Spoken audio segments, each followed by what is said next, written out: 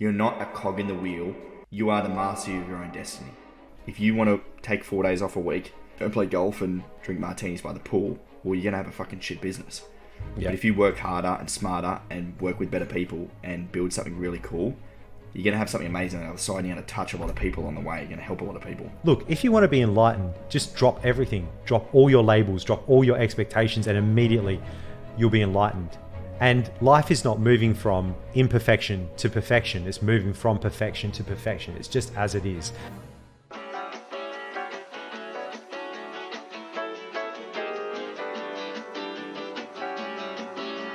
G'day champions. Welcome to episode 6 of the Ben and Bergs podcast. Now I've started off a little differently today. I've got my camera off and I've got a little surprise for Ben. And this is one of the benefits of doing a podcast with your boss. You get to stitch him up and make him do weird stuff. All right, Ben, are you ready, mate? I don't know, man. I'm nervous. All right, let's go. Boom! You did! Oh my God. Mate, look at that. You've got a chin. I know, bro. It's wild. Take your headphones off. Oh my God. So, for those listening on the pod, I've shaved my giant beard off and I've just got this super thin beard. I'm still not used to my own face. Ben's lost his shit. He's gone. Can we get an ID check, please? Oh, lad. Check? So imagine if I actually shave this off, I look like I'm 12. I'm still not used to my old face. I feel like half my face is missing, like I had an accident or something, and like it's gone, mate. You've got a chin. I know, bro. It's pretty gangster. Oh my God, dude. I know, it's wild, eh? You look so different. Like you actually look like a different human being. Absolutely. People wouldn't spot me in the street, mate. Wow. So Ben has never seen me without a beard before. That's unbelievable. What made you do that? Oh, mate, I just had enough. I was like, fuck it. I think probably about 3 months ago, the beard was just giving me the shits. Like I'm trying to like line it up here, line it up there. It's getting lower and lower. Got to trim it and all this crap. And I literally had like the cutthroat out doing it. I'm like, whoa, I should just go for it. But didn't have the guts to do it. And like every day, like you get out of the shower, you got a hair dryer and like straighten it and do all this stuff. And it's just the biggest fuck around. Like after so many years, there's so much effort. So I'm like, fuck it. We're on holidays. I'm like, I'm going to do it. And then like, so the people we went with, they're like, all right, they held me to it. So we had a couple of little ones with us. I got them to get the scissors and just like start chopping. My little one hasn't seen me without a big beard because I've had that since she was born. How many years have you been growing that? What's the... Oh, so here's the hot tip about beards, right? So probably only about a year and a half I grew it for. So inbuilt, every man has their own, or person has their own genetic length. So I could keep growing that, but that's about the longest it would ever go. Right? Yeah, so probably about, I don't know, one hand width kind of down. And that's my genetic length. Like even if I didn't chop it, it wouldn't go any longer. That's it. That's funny, right? So this is what I can grow, and my moustache grows like two, so I can't grow anything here. It's like two shitty patches of lawn on these. You're like the reverse Hitler. So I went on some beard forums. I'm like, how do I get a bigger beard? And they're like, oh, rub this stuff into your beard, eat this diet, do these supplements, do heaps of squats. Fucking all this nonsense. And I'm like, no, I'm not doing all that to get a bigger beard. I wanted like the giant bloody, crazy Gandalf kind of beard. Didn't happen for me, mate. And then I'm like, look, I'm tired of all this crap. I want a new fresh thing. Let's just go. And I went for it. I've never looked back, lad. Mate, good on you for doing it, man. You look fucking weird. I'm not going to lie. Thanks, lad. Thanks, mate. Because we had our catch-up call today. And we did a phone call for those in the pod. And, Bergs and I rarely do a phone call. We do phone calls, but it's usually video call.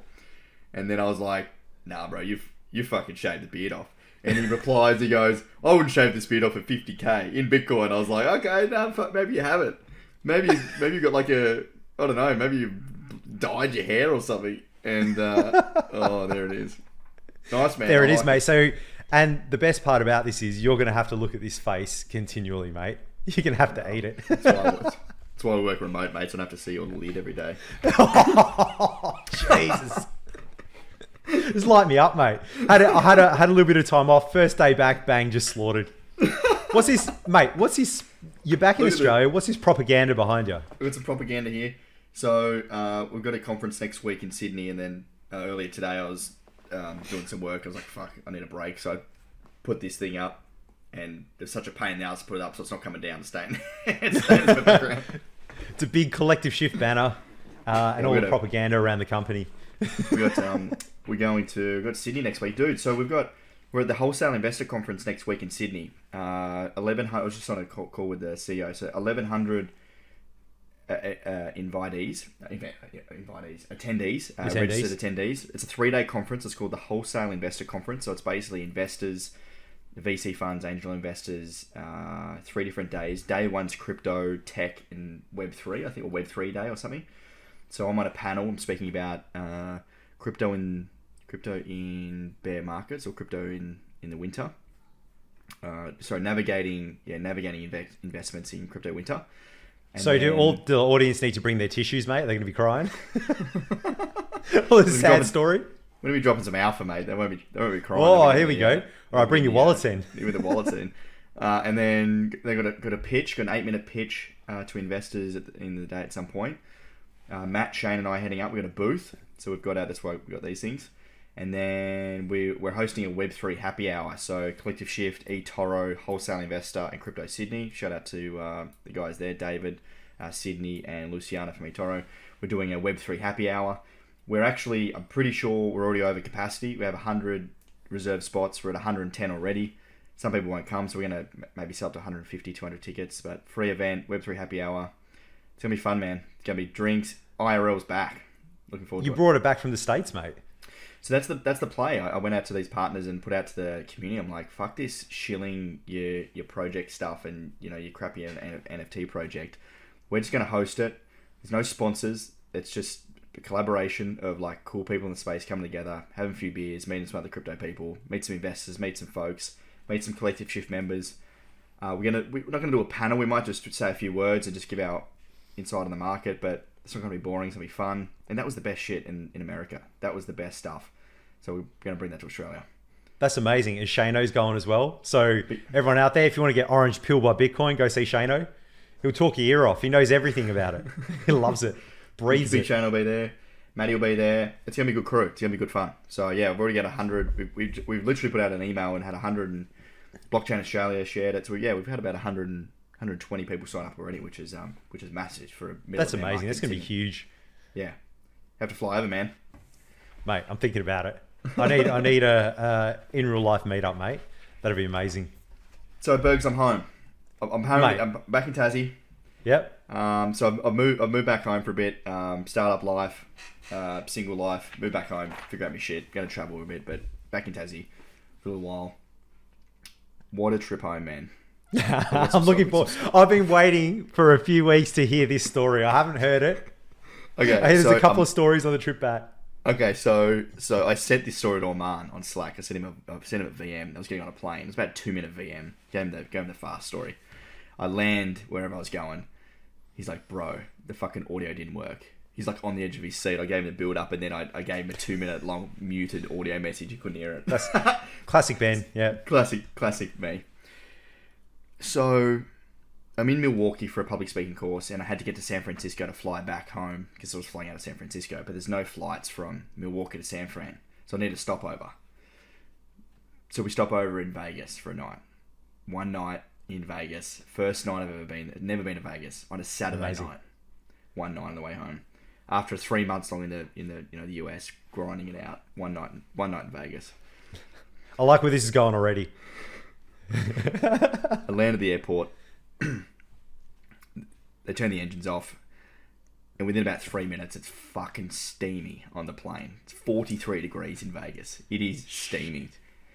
Get off the plane, go into the airport. First thing I see is just a mountain of pokies.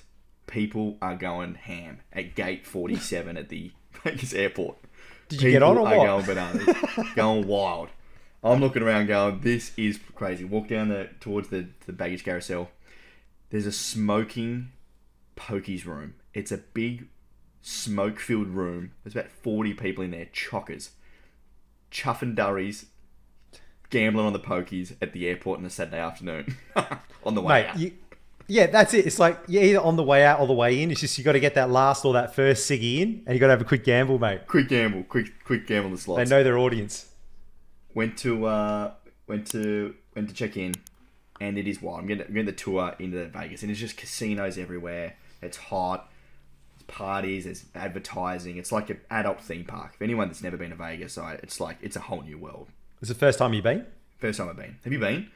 Nah, man. I haven't even been to the States. Okay. Oh, right. Okay. It's crazy. So, went down to casinos everywhere. There's billboards. There's trucks with trailers on the back, basically promoting prostitution, and it just like the whole place is fucking crazy. Got to the hotel room and we had a pod. We had last week's pod. Recorded that. Went downstairs, had a meal, had a few drinks. I was like, okay, one night in Vegas. Let's do it properly. Went to I was staying at the Bellagio. Went to the Mirage and played some blackjack. Cleaned up blackjack. Never played such a better game of blackjack. I was probably there for a couple of hours, drinking a few mojitos. And it is pumping. People everywhere. So the WSOP, the World Series of Poker's on. Yep. There's people everywhere. Saturday night in Vegas. Played blackjack great. Went to roulette. Cleaned up roulette. I was like, fuck. Having a great night. Cleaned up there. Chipped out. Just went for a walk down the street. I was like, see where we go from here. I was on the phone with a few mates back home. And a guy, it's probably like 10:30, 11 o'clock on the side of the road. I'm walking down the strip of Vegas. The guy's like, mate, how are you? I'm like, oh, great. How are you? He's like, yeah, awesome. I've got a free limo here if you want to head to the club. We've got the limo. We've got a club just around the corner. Come on in. The fuck yeah, I'll get a free limo and go to the club. Get in a random free limo in Vegas, mate. Upon reflection, that's probably not a great idea. So we get in the limo. Not at this point, not really sure where we're going. There's a female driver. Looks legit, huge limo. Parties inside. I'm the only one in the limo going around Vegas. It's a 7-minute drive, and get to the club. Now the club is legit. It's like a castle at the front. So it's like a club / restaurant. Girls. It's a whole show. That's what you want. Out. Yeah. Get this. One night in Vegas. Get out. Walk, red velvet robes, got the red carpet into the place. Get let in, and it's like, it's a male, fantasy land basically. You go in and there's food, there's steak, there's drinks, it's all happening. Anyway, sit down. We're drinking champagne. There's ladies, there's guys. It's just all a big party. Having a great time. In there for a couple of hours, had some dinner, and went to go upstairs and a few more drinks, whatever, go upstairs, have a great time. All of a sudden I started to feel a little bit jittery.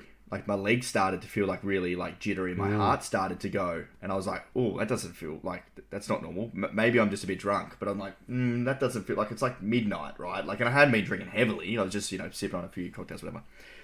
I don't feel so good.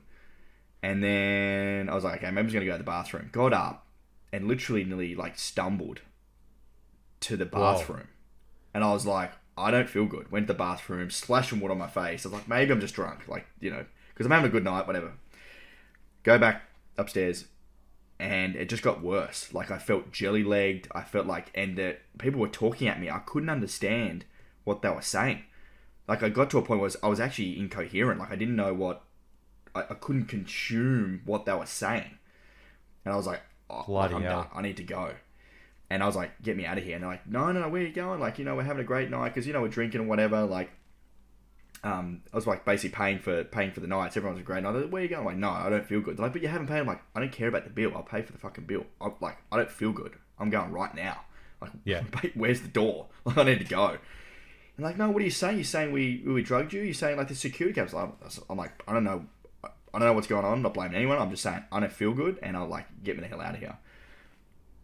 Went home and was not good. I obviously got a date rape drug or a roofie or something. That's what it was. Got home, called up Dave, finance manager Dave, and said, cancel the cards. This is what's going on. I remember everything that's happened, but I wouldn't trust that place. This is the place I went. No fucking idea. Cancel the cards. Cancel the cards. Checked out the reviews of this place, And it's basically the business model is to get probably single guys like me or solo travelers in, get them drunk, drug them, get their card details, and scan them. And there was like review after review after review of like 1-star reviews on Google of like people that have like been in there with their wife, been in solo, been in their 21st birthdays, 18th birthdays, 30th birthdays, been drugged, been scammed, been robbed. Jesus. That's the whole business model. That And is absolutely insane. I was like, oh my God.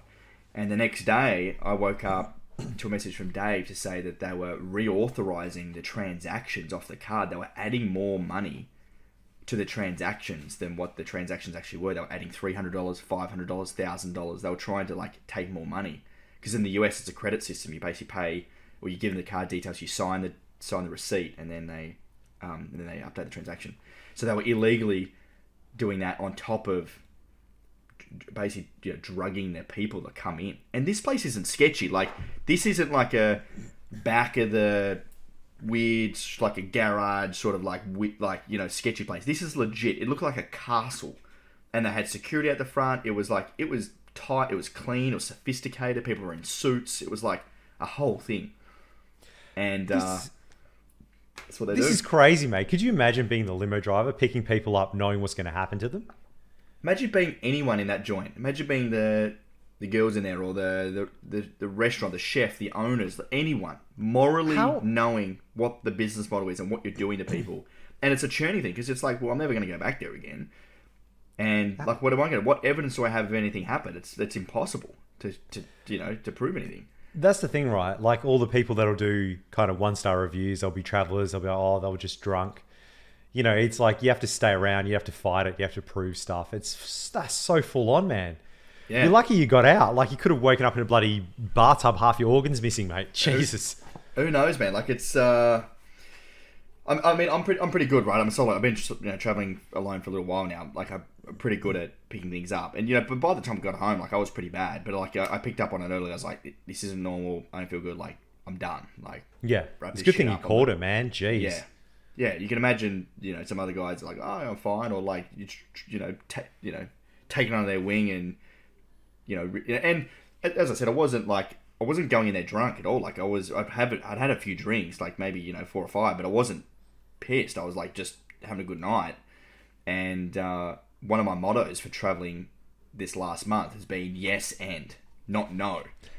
I wanted to always just do shit. So it was like, unfortunately, fell in the bracket of like, I'm going to try and do more than I'm going to do least, because I just want to like experience stuff. Probably not the best thing to experience, but also the other side, I got out of it okay, didn't lose a bunch of money, learn a lot about Vegas. Yeah, that's like the gateway. That's the entry fee to Vegas. All right, what are your lessons from that experience, mate? Never trust anyone.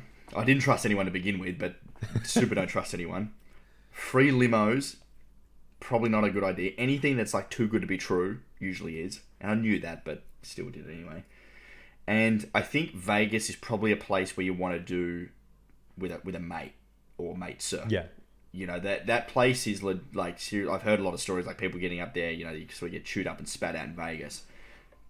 That's the Wild West in there. No one gives a flying for hoozer about you. Yeah. And a good idea is always buy your own drinks. No matter who you are, where you are, buy your own drinks. Do not trust anyone. That was the thing. I even bought my own drink. I paid for everything. I was just like, obviously had the drink up there. I went to the bathroom. I went to the toilet, and someone's like dropped the fucking whatever in there. That's the thing with bottle service. I mean, like, go to like the bar and get your own drink kind of thing. Yeah. I've heard about this like a lot with a few male friends, but a lot of female friends as well. Like, where someone will buy them a drink, that kind of thing, and they just feel so unwell and just pass out. It's so crazy. It's scary, man. And I was debating talking about it, but I think apart from it's a great story, but the real takeaway is like, seriously, just be careful. I think like that, in places like that, it was a whole facade. They lied the whole night. Even when I knew I wasn't good, they were trying to tell me I was like, I was wrong and nothing happened. Like, there's no one looking out for you. The world is wild. They just want your money. That's the whole business model. And there's some bad people out there. That's just like, that's life. Crazy. Yeah. And then after that, mate, you had a bit of an adventure coming home. Okay. What happened on your stopover, mate? Fuck. So I went from San Francisco. The next day I went to San Francisco. One night in San Fran. Went to LA, to Fiji, to Melbourne, to Tassie. I had a 10-hour stopover in Fiji. Get into Fiji at 5 a.m. Had a pretty shitty night. Sleep, whatever. I mean, track pants and it was sweaty. It was hot. Get to Fiji. It's 5 a.m. Get off the plane. Stay at the baggage carousel for like 45 minutes. Bags don't show up. For fuck's sake, right? Go over the bag thing. My bags aren't here. Can you check them? Where's your bag number? Oh fuck, I don't know. I think I left on the plane. Right.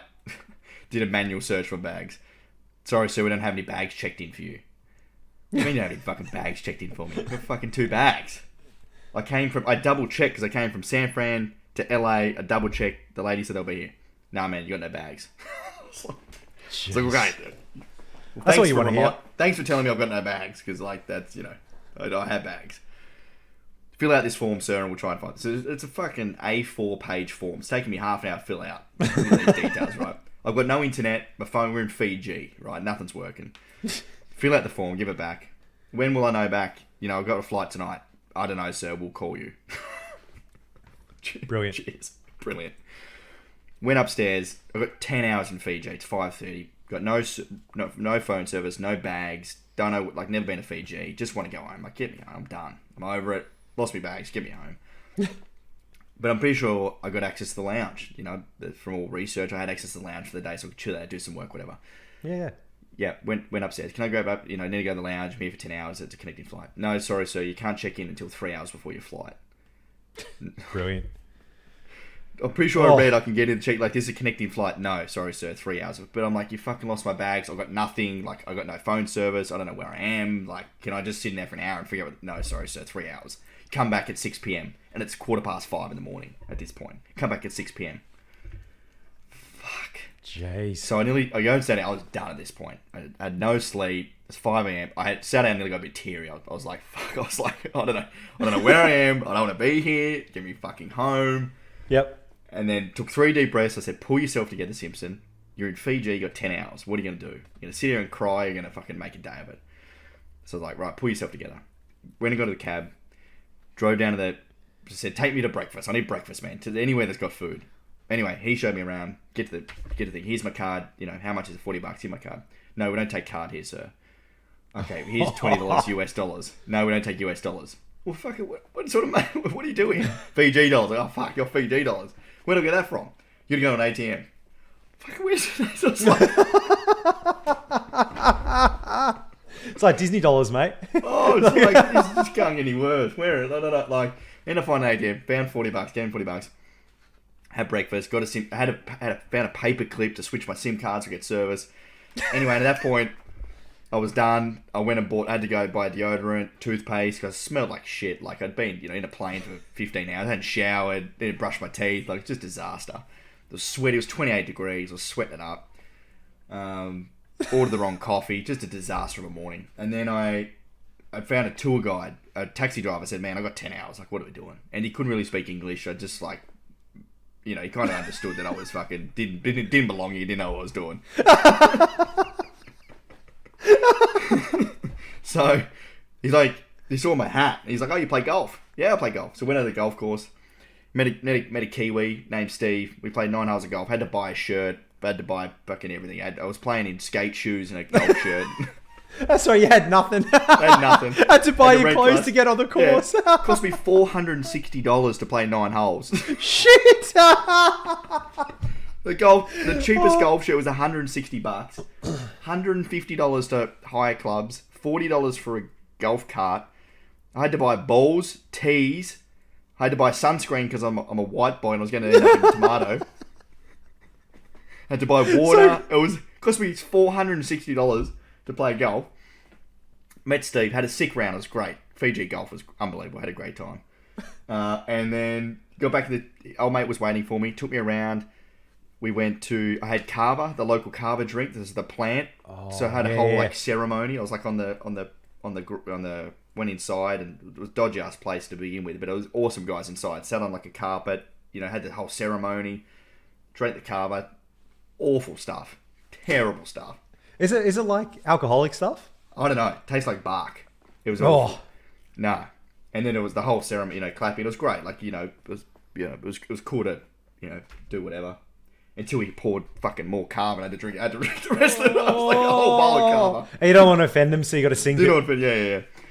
And then bought some stuff, said thanks, went and got a massage, went and had lunch on the water, he took me around in Fiji, dropped me off at the airport, cost me $250 Fijian dollars, like $200 for a 6-hour chauffeur experience.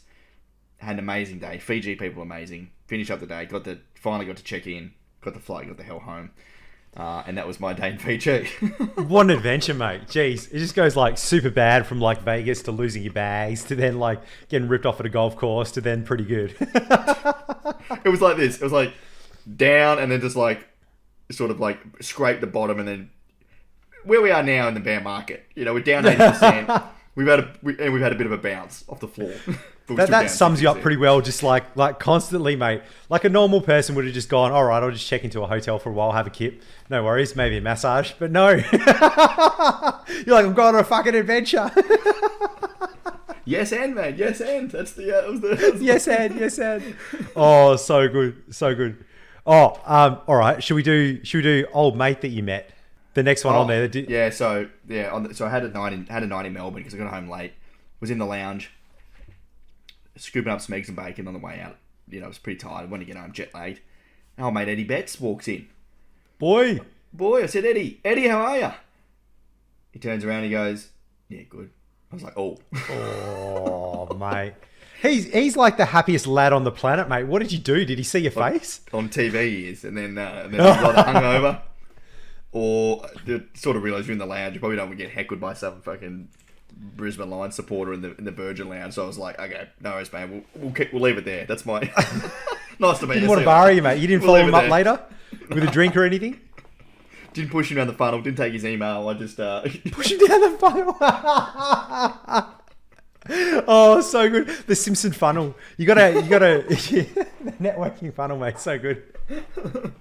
Oh, mate. Anyway, so good. Good. Those my stories. Right, what do you got? All right. Let's do meme of the week, mate. Let's do it. What do you got for us this week? All right. So I'll do a trigger warning for this meme. It's a bit spicy. It's just mild spice. All right, here we go. So this is a father and his son. He's holding his son's arms. Oh no! And he says, "Show me on the balance sheet where 3 arrows touched you." God. We're probably going to have to cut this out at the end of the show, but it was just too good to pass up. Too spicy. Too spicy. So the context for the people out there. The context is 3 Arrows Capital. Basically, they've a lot of people invested in them. They borrowed a lot of money, and allegedly they've gone bankrupt. So a lot of people are posting all their losses, their balance sheets, and everything. This meme was just phenomenal. It's so bad, but so good. And then I've got yeah, we're probably going to jail. And then I've got another. I've got another meme to back it up just in case. Okay. So this one, there's a couple of artists and they got their turtlenecks and very fancy hair. And there's people who tweet about Web3. And under that, it's got people who actually build Web3. And they look like shit. They look like us. They got big bags under their eyes, frazzled hair, wearing hoodies, drinking massive cans of mother, just hating their lives. You know what that reminds me of? It reminds me of my hotel room photo, of all my shit, a couple of episodes. Episode 4 of the laptop and coffees. That's it. He had like a desk, a laptop, a microphone, and like 600 coffees. Yeah. Web3 people like depressed, sleep deprived, like lonely, probably poor. This is it. And this leads perfectly into why would you start a startup? So Ben, you started a startup. Why on earth did you do it? What is wrong with you, mate? Well, maybe that's a big list. Maybe try and shorten the list about what's wrong. And maybe just stick to business, not all your other problems, mate. How far down the list do you want? Top 3, mate. Top 3. We're not going down to number 250. I can call my therapist and let you know how many. Oh dear. So startups are hard. They're brutal. Why on earth would you do one? Look, I've seen both sides. Like, we had a good business, the last business we're in, and I feel as I've seen both sides of the story. We've been in a really frothy startup, basically printing cash, and then we've been on the other side, which is like, bleeding, stabbing your eyes out, like difficult bear market. It's a good question. I probably ask myself the same question sometimes. It's honestly, I think, it's exciting. It's fulfilling is another one. Everything you do, everything you touch, directly has an impact on the other side. And that's not just me. That's every employee of ours. We've got 12 full-time guys. You're not a cog in the wheel. You are the master of your own destiny. If you want to take 4 days off a week, go play golf and drink martinis by the pool, well, you're going to have a fucking shit business. Yeah. But if you work harder and smarter and work with better people and build something really cool, you're going to have something amazing on the other side, and you're going to touch a lot of people on the way. You're going to help a lot of people. And for me, being a first mover advantage or being in a space that's unique, that isn't mainstream, I love that. I love doing things that other people don't. And that's not from an ego perspective. I just like doing shit that no one or not many people have done before. I like to be unique and like to just try new shit. I don't want to do the 9 to 5. I don't want to fucking work a corporate job. I don't want to have weekends off every week, and I don't want to go on a 3-month vacation once a year. Like, I want to build something really fucking cool. And I love working, and I love hustling, and I love the people that we work with. I love the shit that we do, the freedom that it gives you, the opportunities. I just traveled 3 months to the US, and yes, it was a lot of work, but work hard, play hard. I love that. It gives you so many opportunities as a founder to just try new stuff, meet new people, build in a new space, and that's why I love it. Would I do it for the rest of my life? Fuck no. Like, it is. After probably 2 or 3 startups, like, man, you'll be grey, and I'll be. That's the thing. You kind of got to be, especially if you're CEO kind of thing, be younger or at least have a young team, because you go very hard all the time. And that's when you see, like, when people get older and they get money, they've had a few exits, what they'll do is they'll spot really good businesses, they'll understand them, but they'll get other people to run them. So they'll get another CEO in. That's their main job, is to get the right CEO in to run the place, set their KPIs, and make sure that they're incentivized correctly. Because this is, you need a significant break after you've been in a startup for 3 years, 5 years. And it's full on. It's full on, and the things you have to balance. I will admit, being single now is so much better as a business owner. I feel as though mentally I can compute a lot more, I can handle a lot more. Like, I just have to worry about myself, and that's not, not to say that I won't be in a relationship again, but just in terms of, for you, Bergs, for example, that, married with a kid, you're at a different stage of life. Like, it would fundamentally, in my opinion, be a lot more difficult for you to manage everything, because you've got other shit you need to worry about, like serious responsibilities and serious definitely. like, life stuff, right? Yeah. I don't have that. So, like, managing CEO life, finance, people, strategy, fundraising, public speaking, podcasts, media, marketing, like, everything is a lot that I think would be very difficult. And I give hats off to anyone that's got, like, a young family or whatever. You're in a startup, so like you're not busy, you're fucking flat out yourself. But yeah, you know what I mean. Like, it's very wild. different running it and being the CEO. And really, what you're talking about there is, like, looking at what you don't do determines what you can do. What are you willing to sacrifice in order to achieve that? A lot of people have these ideas that being an entrepreneur is just amazing, and you've got all this money and you've got all these people around you. They don't see the 10 or 20 years that went into beforehand, where you're 2 weeks from making payroll and you don't know how you're going to do it. Or you've just worked a 100-hour week and you've got to back it up again, and then you have to be on TV and be the face of the company. Or now you have to travel here and it all relies on you. And you're setting the tone and direction for the organization. It is a brutal, relentless job, and you have to sacrifice so much in order to do it well. I think it does come with a lot of loneliness, I think, and also sometimes imposter syndrome. The TEDx talk I'm doing later in September, like, I met the other speakers the other day, and I was like, holy shit, like, these guys are fucking legit, legit. But you don't see, like, the day after Vegas, like, being drugged, waked up, I had to get up the next day after that, 4:30 a.m. investor calls, at a 4:30 or 6 a.m. investor calls, While you're still shaking off being bloody no, date I range, had one mate. one night's sleep, and then next All night. right, Jesus. But then then it's a flight, then it's like another meeting here, and yesterday Sundays investor meetings all day, and some on Saturday, like it's 24/7, 7 days a week, doesn't stop. Tomorrow morning up at 6, we've got another one at 7 o'clock tonight. Like and people don't see that, but that's the grind, that's the game. And if you can build and be better, and it's not just grinding and hustling harder, but it's also working with an amazing team. I've got an incredible team, and like bringing yourself on Berg since we've started working together in Oman has been a real game changer. I've got 2 incredibly talented people in your own fields respectively, with an even better team below that as well. We got a great team. We've got our software engineers, we've got our research team. We've got an incredible fucking team, passionate, that works hard. Dave, operations, working 24/7. Dave was up at 3 a.m. He doesn't sleep, does he? Australian time. He was up at 3 a.m. Australian time, helping me in the US.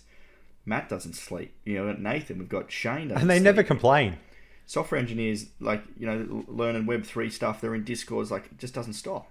Nothing They're stops. putting in big hours as well and delivery schedules. It's insane. Like everyone, but this is the thing, right? And this is why we all joined, because you really set a pace and a vision and a tone, right?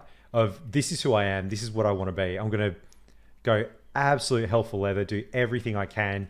You never rest. You just keep going. And that shit is inspiring. That's why we all joined and want to be a part of it. We want to help execute on that vision. Yeah, that's cool, man. And the other thing, man, is not just a startup, but a crypto startup. So you didn't just go, oh yeah, I'll do a startup, mate. No worries, startup. You go, nah, let's do the hardest one. Let's do the one that changes the most. The one that's the grayest area, right? It also has the most opportunity for growth, but it's got the most opportunity for uncertainty as well.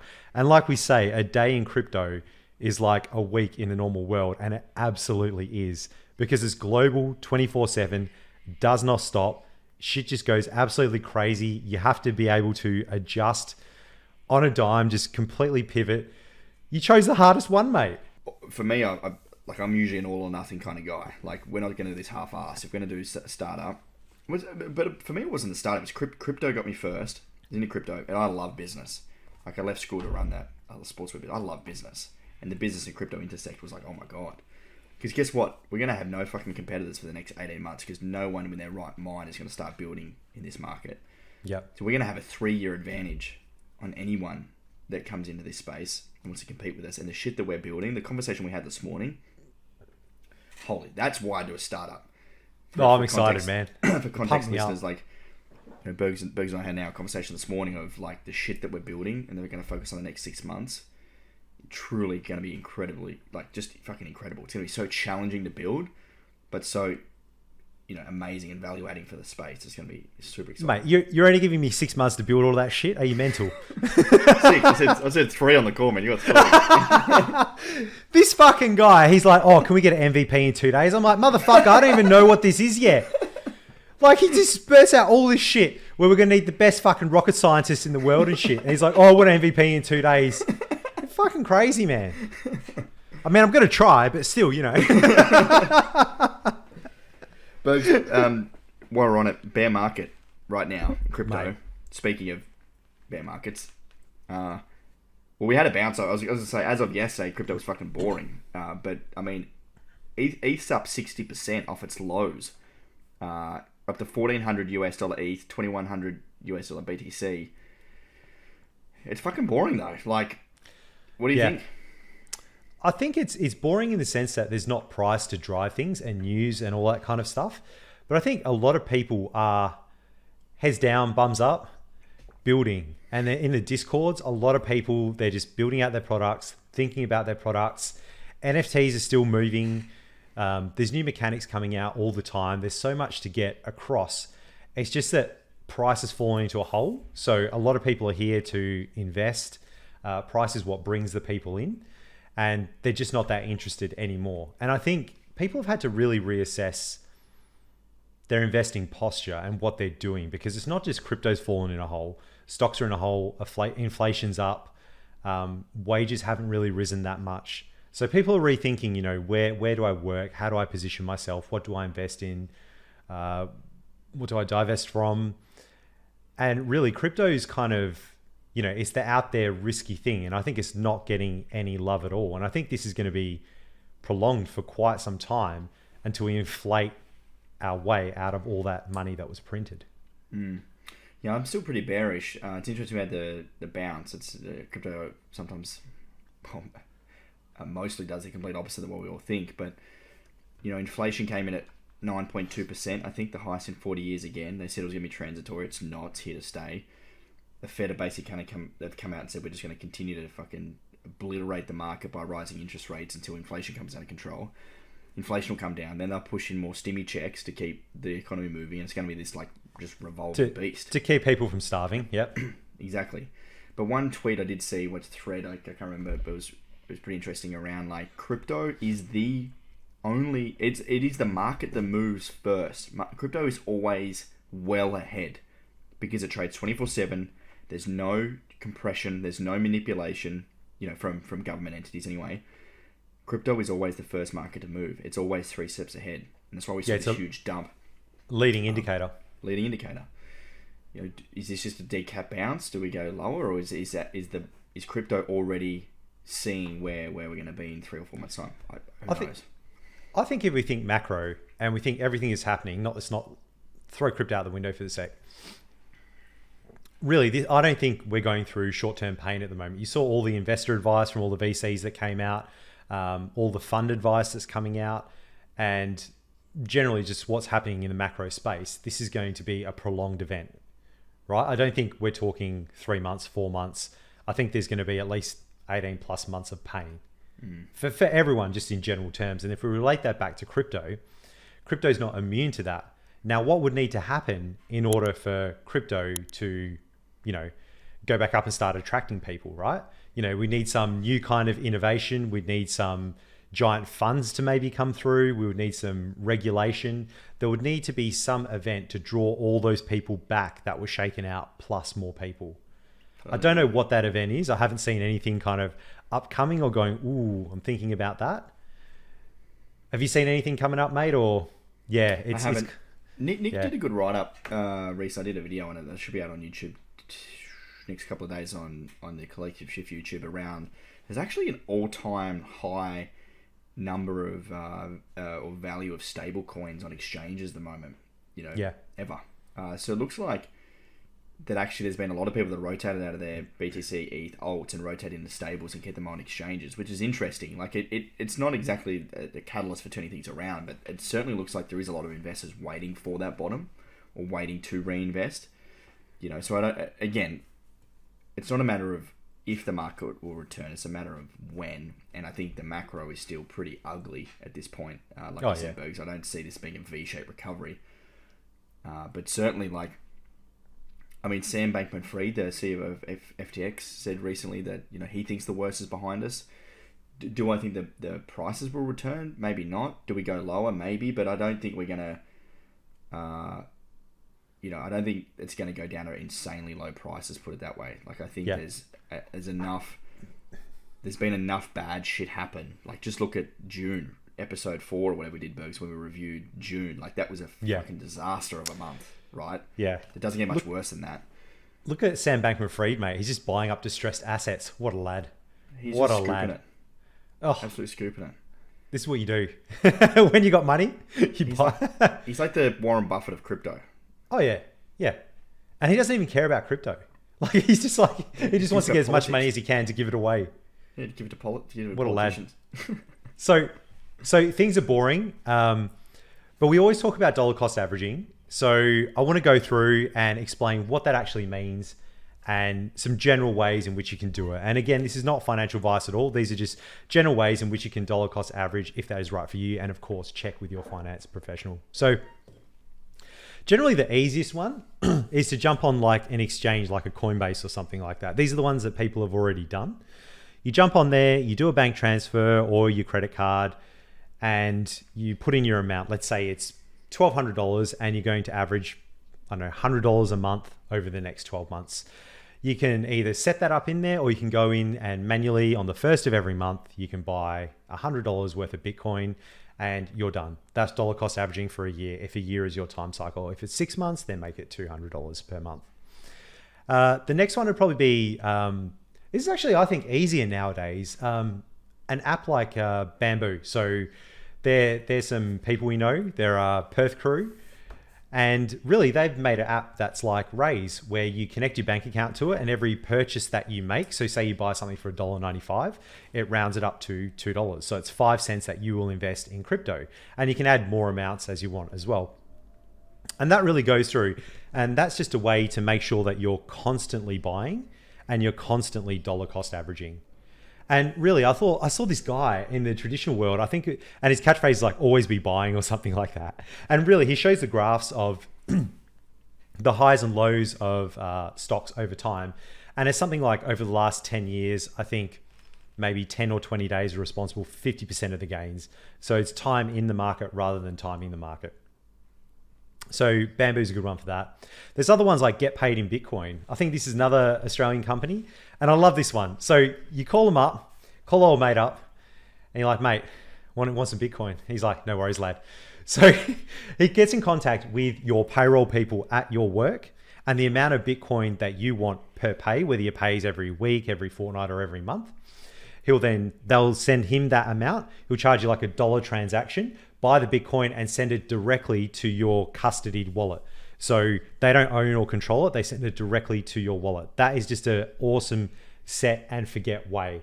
Because honestly, in crypto these days, I spend personally a lot of time in Discords, catching up with my NFTs, seeing what's happening. And it is just eating my life. I just need to automate as much as I possibly can and just forget about it. Maybe once a month I'll have a glass of wine and go through all that kind of stuff. But I'm spending way too much time for too little benefit to do that kind of thing. Now, next level up is something like FTX. They got a thing called Quant Zone. So thanks to Leon for pointing this out, Metaverse Explorer. He's a lad. And this was one of the best dollar cost averaging strategies I've ever seen. So say you want to invest like $200 a week, $30 a day. What this guy does, he sets it to every 8 hours, he buys $10 worth of Bitcoin. So that way he's not missing any cycle. 8 hours, 8 hours, 8 hours, keeps adding up, up, and up. And apparently the fees are just next to nothing. They're cents for what he's doing. So I love that. I absolutely love that. So I'm actually going to investigate that. And then if you want to go like full nuclear decentralized, you can hold your value in a stable coin, USDC or something like that. And you can use a decentralized exchange. You can go to that exchange. It's non-custodial. You're interacting with a contract. You put in your USDC and you get Bitcoin out on the other end. There's heaps of those. I haven't looked into any recently, so I can't recommend any or point you in a direction, but do your own research in all of those areas. There you go, mate. I like that. I think the other thing too I want to mention in terms of selection of assets, and I'll use a story here of my brother. He was getting into crypto and I told him to buy Bitcoin and ETH. And like most people do, they think Bitcoin and ETH's boring, and then he went out and bought Aave and Luna. Well, Luna went tits up 3 days later and Aave's tanked. And that's the moral of the story here is that, just because you think Bitcoin and ETH isn't pretty, or it's not as, it's a bit more slower, you're not going to get like huge gains next day. It's a much better investment longer term, and you should have at least 75% of your portfolio, in my opinion, in Bitcoin and ETH before dabbling in the altcoins. It's like your stock portfolio and you're going out and buying penny stocks before owning something somewhat in blue chip. Because you're going to get hugely volatile in crypto regardless. And if you go to number 300 and 600 on the market cap rankings, you're going to get massive volatility. And the reality is 90% of these altcoins are going to go to zero. And in this bear market, you have a higher chance of the altcoins going down even further, and you're drawing out not 75% losses, but 95%, 96% losses, because altcoins get hit much, much harder than Bitcoin and ETH does. Yep. So if you're just starting out, get your fucking Bitcoin sorted first before dabbling in the other stuff, because I guarantee you can't explain to me how Aave works, my brother. That's it. And this is the other thing as well. Just look at the traditional kind of share investing game and the stuff that if you're picking your own stocks, right? Look at the gains that you've got over the last year, 2 years, 3 years. I guarantee you will not have beaten a Vanguard ETF and the gains that they have got. And if you have, either you're in like fucking 0.01% or you got extremely lucky or you're full of shit. Because it's like 9 times out of 10, you did not do that, right? Like you would be in like the top echelon, or you had insider information and you acted on it. And then, yeah, fair enough. You're going to get those gains. But this is really turning to my kind of strategy as well. And I'm going back to that. And again, people look at the cost of Bitcoin, and what people don't understand, there's a thing called unit cost bias. It costs so much to buy one Bitcoin compared to, I don't know, Power Ledger or whatever. It was like under $1. The thing is, you need to look at the total supply of that. And the reality with Bitcoin is you can buy a fraction of a Bitcoin. You can buy like up to 100 millionth of a Bitcoin, right? And all you need to do is just stack that over time and it will eventually add up. And the reality of Bitcoin is they did something very fancy where Bitcoin was worth nothing at the start. And they say there's only 21 million Bitcoin, right? But the actual unit of account is a Satoshi. So it's 21 million times 100 million. That's how many Satoshis are out there. And this is going to become more important in time when Bitcoin appreciates in value and Satoshis are worth more and more. It's going to get to the point where one Satoshi, so 100 millionth of a Bitcoin, is going to be too much money. And they'll need to use milli Satoshis, for tipping and lightning and transactions and contracts. It's going to be exciting. So don't get put off by the big cost of everything. Look at it and think of it as Bitcoin is good enough. It is the perfect layer one. It does what you need it to do. All the fancy stuff is being built on top. And think of this as back in the day, your transport, these are just railway tracks through the desert. They get you to where you're going. If you want a fancier train, great. If you want different, goods on the train, great. And then eventually, you'll build out other things as well. Totally agree, Bergs. And I think still Bitcoin is still so, like I was at the pub last night with a few mates, haven't seen in a little while, and I was showing them when I was at Bitcoin Miami how I paid in Satoshis. I showed them all the Satoshi app and I took a video. And they were like, oh my God, like you just sent and they got Bitcoin and that was like that. There was no fees and there was no intermediary. I was like, no. And they're like, oh shit. So yeah, it was still very early on in these days in terms of technological adoption for a lot of people. The thing that blew my mind in crypto was I'd listened to a few podcasts and all that, and I bought some and it was on Coinbase. What I did was I took it off Coinbase, sent it to a decentralized exchange, which was in Malta. Apparently that's where all the cool kids are. Don't tell the tax. And then, yeah. And then, oh no, this is all legit. This is tracked. And then I use a decentralized exchange. They're just based out of there. So think about this. I'm in Australia. It was an Australian exchange. Within 5 minutes, I sent my money to Malta. Within another 5 minutes, I'd swapped it for another token. And within another 5 minutes, it was back in my wallet, in my possession. I've just moved money globally and swapped it between different asset classes, all within 15 minutes. None of this fucking, I sell my stuff, it might go through T+2 until I get my money bullshit. You just get it instantly. And once you've experienced that and you understand the power of it, that is absolutely game changing. It's fascinating coming from a non-crypto world and being used to limited trading, the markets close, slow delays, timeframes, fees, all this BS.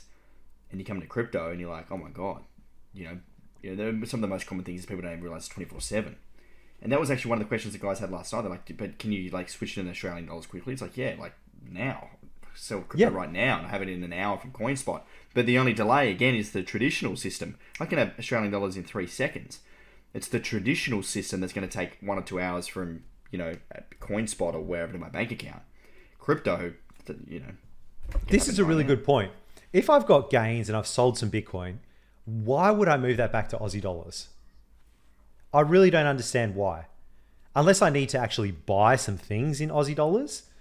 Because otherwise I'd want to have it somewhere in a contract that's open, that has been audited, that I can audit myself, that I own and control, and I can move it around instantly. Because can you imagine selling your Bitcoin, getting Aussie dollars, putting it in your bank, how much of a fuck around it is to then get it back to an exchange, wait all that time, then have to buy another thing, get eaten with fees, and eventually get it back to your wallet? Like, how long does that take when you can move like that instantly?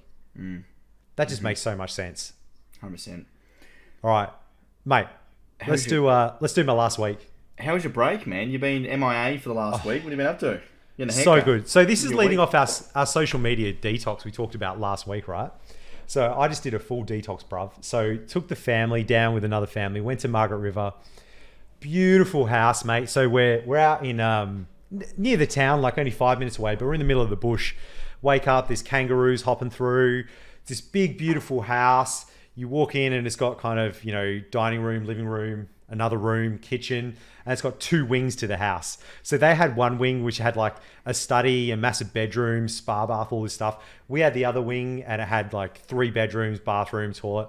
Then there was downstairs with another bedroom, another bathroom, a big pool area, like had like billiards pool.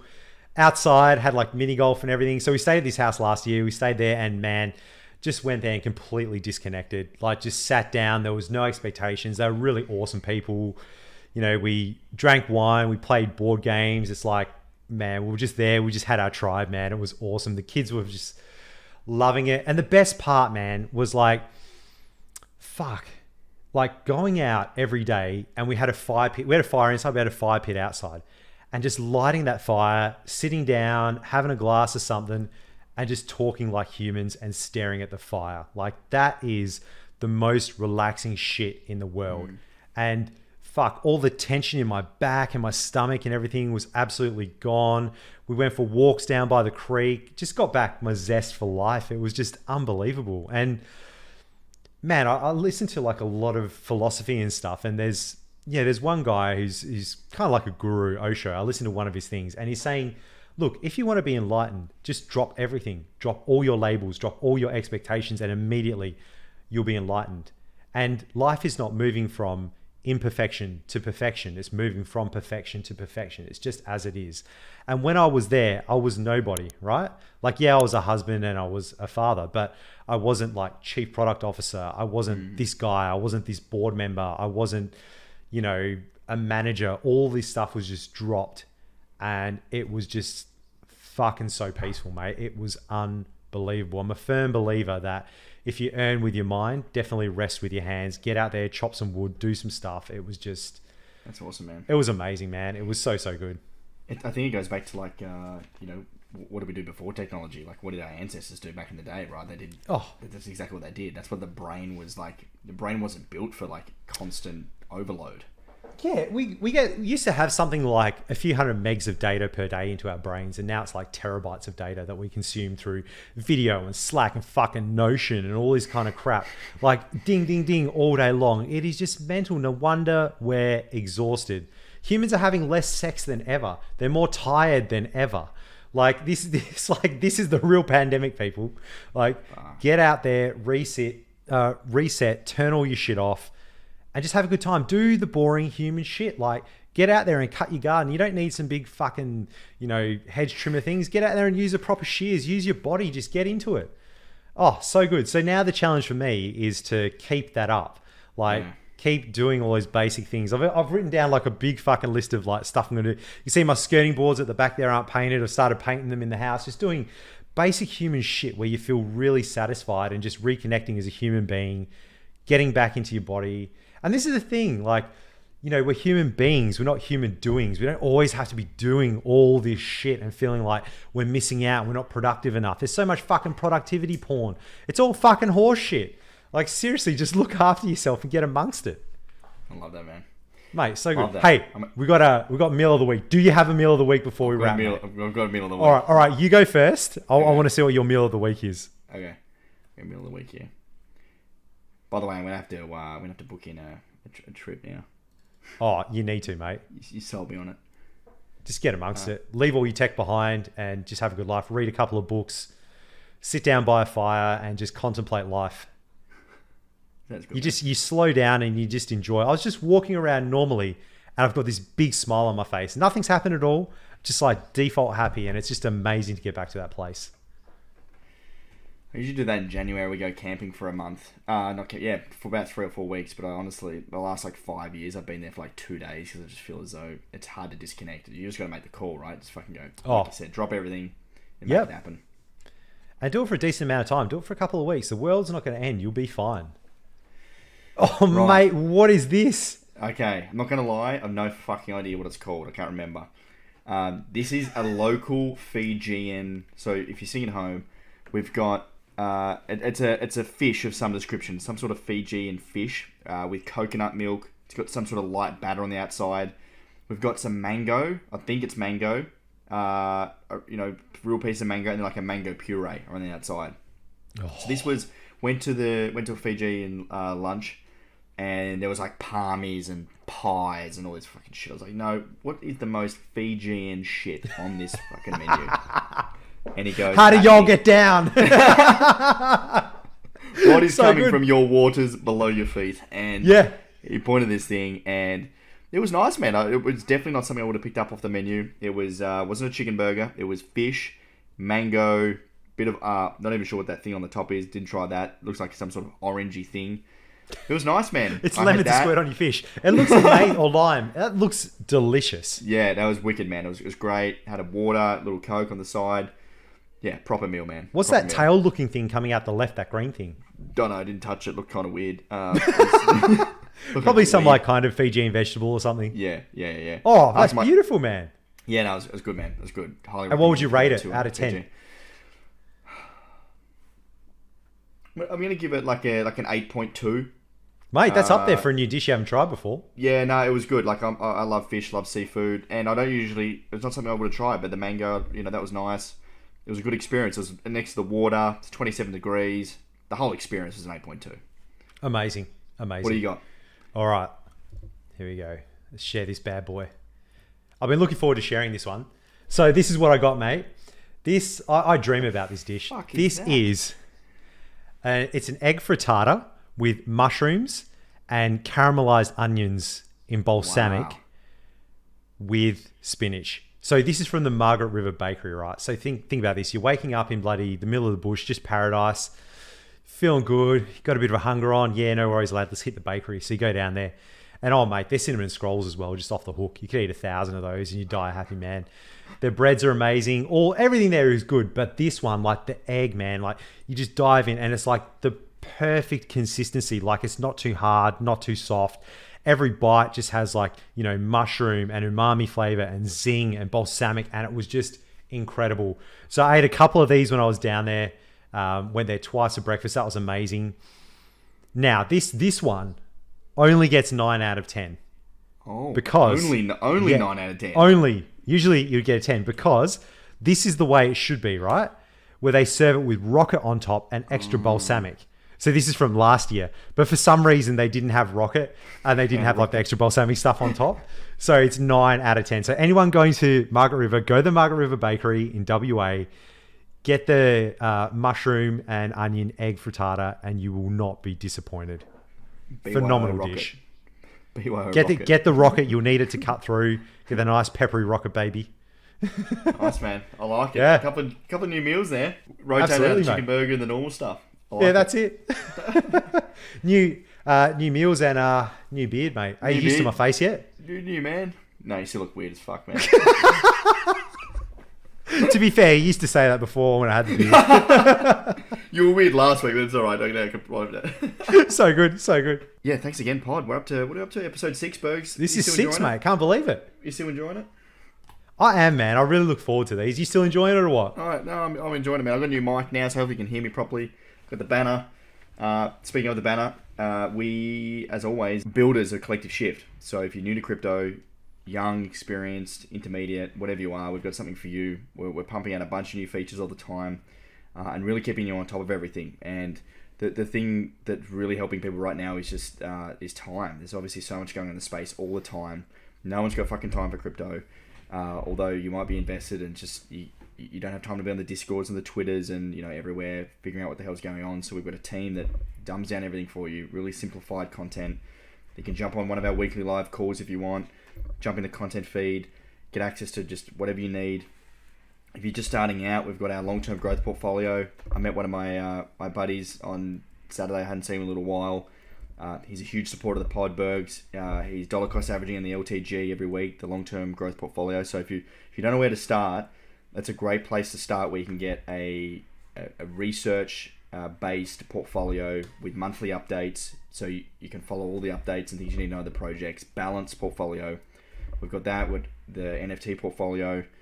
We've got so much going on, Bergs. We've got so if you want to join, there's $1 for 7-day trial. So it's only $1. You can get in there and check that out. We've got a code in the link below. And we've also got a bunch of free stuff as always. So if you want to just learn for free, we've got courses, resources, newsletters, fucking you name it. So we've got it. Get amongst it. CollectiveShift.io. And just with those weekly live calls, so any members here can get access to our weekly calls, and we'll go through the most important stuff over an hour, the most important stuff in crypto. And at the end, you can ask any question that you want to our research team. So think about this. You've got some of the biggest brains in crypto, and you can ask them specific things that you want to know about. That is phenomenal. It's my favorite part of the week. Love joining in on those calls. Always have a good time. I learn so much as well, even though I'm already in the space. Get amongst it. Yeah, if you're feeling confused, if you just don't know what the hell's going on, don't know how to understand, it's all too hard, you'll come out the other end of Collective Shift with clarity. You have investment ready to go. You're going to feel on top of the world, and you're going to take advantage of this accumulation period, Bergs. This is now the time to invest. Yeah. And you'll have a community as well. Like you'll actually be able to have like-minded people, be able to talk to them in a respectful community, not one of those bloody ones where it's just like when moon, or just talking absolute shit. And you get in real life events as well. Which, speaking of, if you're in Sydney next week, Monday night, Monday the 25th, we've got a Web3 happy hour. We nearly sold out of tickets. We've got a free event at the Loft in Sydney, 6 till 8 p.m. At the Loft UTS building, 915 Broadway. There's a Web3 happy hour hosting.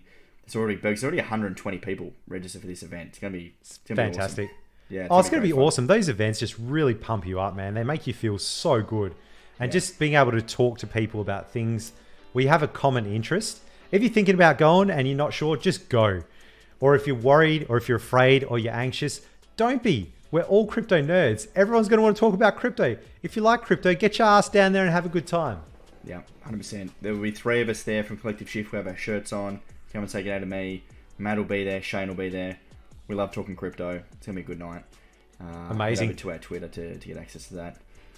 Mate, great episode. What a place to wrap. Let's wrap it up there, man. We'll see you next week. All right. Catch you, folks. See ya. See you guys. Bye-bye.